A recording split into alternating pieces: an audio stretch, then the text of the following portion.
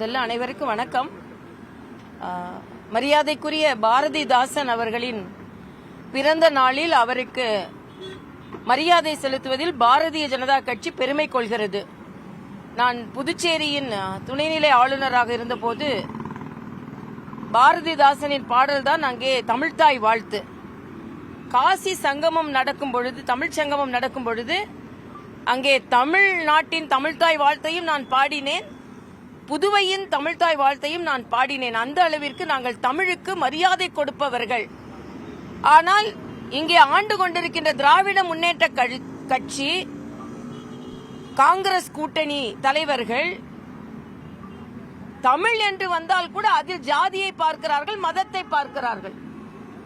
பாரதிதாசன் என்றால் பாரதியை கொண்டாடியவர் பாரதிதாசன்.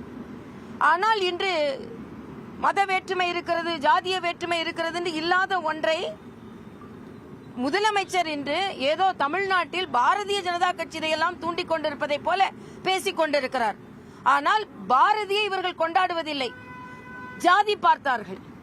அதே போல தமிழில் மதத்தை இவர்கள் பார்த்தார்கள், ஆன்மீக தமிழை இவர்கள் கொண்டாடுவதில்லை.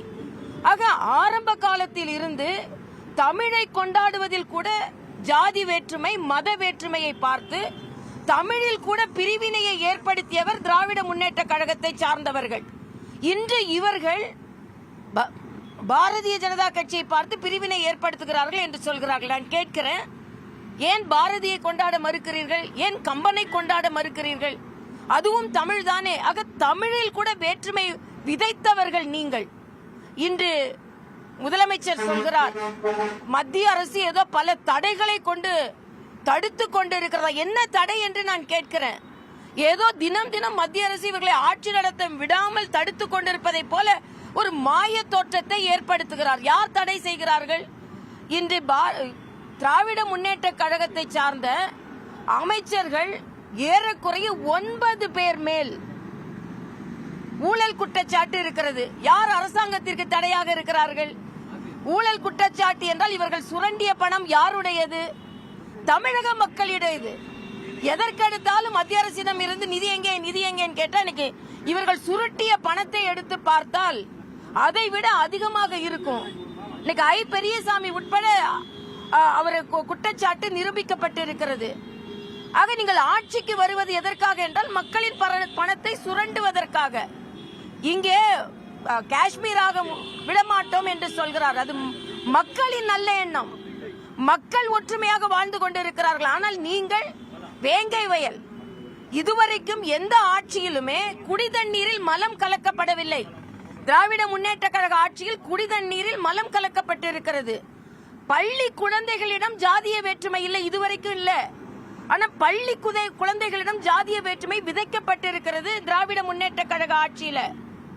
இன்று இந்து மக்கள் எந்த இடத்திலும் புறக்கணிக்கப்படவில்லை. ஆனால் மத வேற்றுமையை ஒரு விழாக்கு வாழ்த்து சொல்லக்கூடாத அளவிற்கு கூட மத வேற்றுமையை விதைத்துக் கொண்டிருக்கிறார் முதலமைச்சர் அவர்கள். ஆக இன்று ஜாதிய வேற்றுமை, மத வேற்றுமை இவர்கள் விதைத்துக் கொண்டிருக்கிறார்கள். தமிழக மக்கள் முறியடிப்பார்கள் என்றால் திராவிட முன்னேற்ற கழகத்தை முறியடிப்பார்கள்.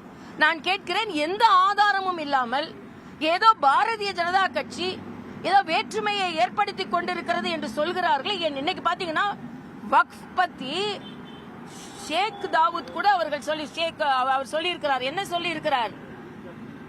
நிறைய 9 லட்சம் கோடி மக்களின் பணம் சுருட்டப்பட்டு இருக்கிறது. அது ஏழை இஸ்லாமியர்களுக்கு கொடுக்கப்படுவதற்காகத்தான் இந்த வக்ஃப் திருத்த சட்டம் கொண்டு வந்திருக்கிறது என்று ஒரு இஸ்லாமியர் சொல்கிறார்.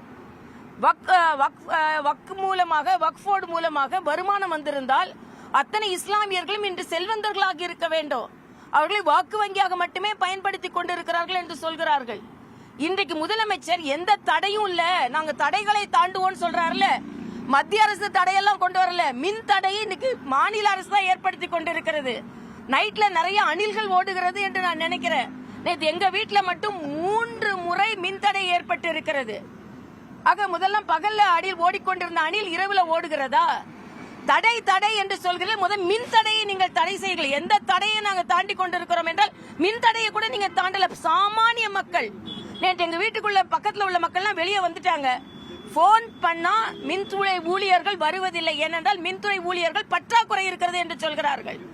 மின்துறை ஊழியர்கள் பற்றாக்குறை. இன்னைக்கு மருத்துவமனையில் ஊழியர் பற்றாக்குறை, அரசாங்க ஊழியர்கள் பற்றாக்குறை.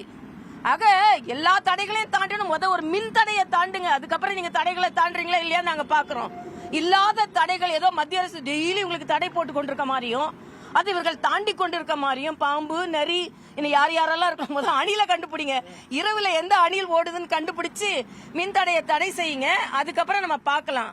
அதனால முதலமைச்சர் ஒரு பெரிய தோற்றத்தை கொண்டு தோல்வி அடைந்து கொண்டிருக்கிறது திராவிட முன்னேற்ற கழக அரசு. இதை மாற்றுவதற்காக, இதை மக்களை ஏமாற்றுவதற்காக, ஒரு பொய் தோற்றத்தை ஏற்படுத்துவதற்காக ஏதோ மத்திய அரசு தினம் இவர்களுக்கு அழுத்தம் கொடுத்து கொண்டிருப்பதை போலையும் இன்னைக்கு பாத்தீங்கன்னா மாநில சுயாட்சியை பற்றி பேசுகிறார்கள்.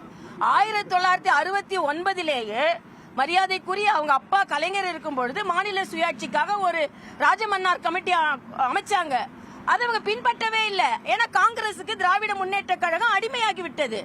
இன்னைக்கு ஏதோ நாங்க அடிமை கூட்டணி சொல்லி யாருக்கு அடிமையா இருந்தீங்க? காங்கிரசுக்கு அடிமையாக இருந்தீங்க. ராஜமன்னார் கமிட்டி சொன்னதை கூட நீங்க நிறைவேற்ற முடியாம நீங்க காங்கிரசுக்கு அடிமையா இருந்தீங்க. இன்னைக்கும் காங்கிரசுக்கு அடிமையாக இருந்து கொண்டிருக்கிறீர்கள். அதனால் ஏதோ கூடா கூட்டணி, அடிமை கூட்டணி என்று சொல்வதை எல்லாம் இன்றோடு நிறுத்திக் கொள்ளுங்கள். எந்த தடையையும் பாஜக மக்களுக்கு ஏற்படுத்தவில்லை. இன்று சொல்கிறேன் என்று அவர் பாரதிதாசனின் பாடலில் ஒரு அழகான ஒரு வாசகம் வரும், செந்தாமரை காடு பூத்தது போல அப்படின்னு ஒரு வார்த்தை வரும். அதே மாதிரி செந்தாமரை காடை நாங்கள் ஏற்படுத்துவோம் தமிழகத்துல. ஆக தமிழில் கூட வேற்றுமை விதைத்த நீங்கள் இன்று வேற்றுமை பற்றி பேசுகிறீர்கள். இன்னைக்கு கும்பமேளாவை பத்தி பேசுறாரு முதலமைச்சர் அவர்கள். இதே பீச்ல வானூர்தி அந்த சாகச நிகழ்ச்சியில ஆயிரக்கணக்கான மக்கள் சேர்ந்ததிலே உயிர்களை காப்பாற்ற முடியாத நீங்கள் 40-50 கோடி மக்கள் கூடிய ஒரு கும்பமேளாவை பற்றி நீங்கள் பேசிக் கொண்டிருக்கிறீர்கள்.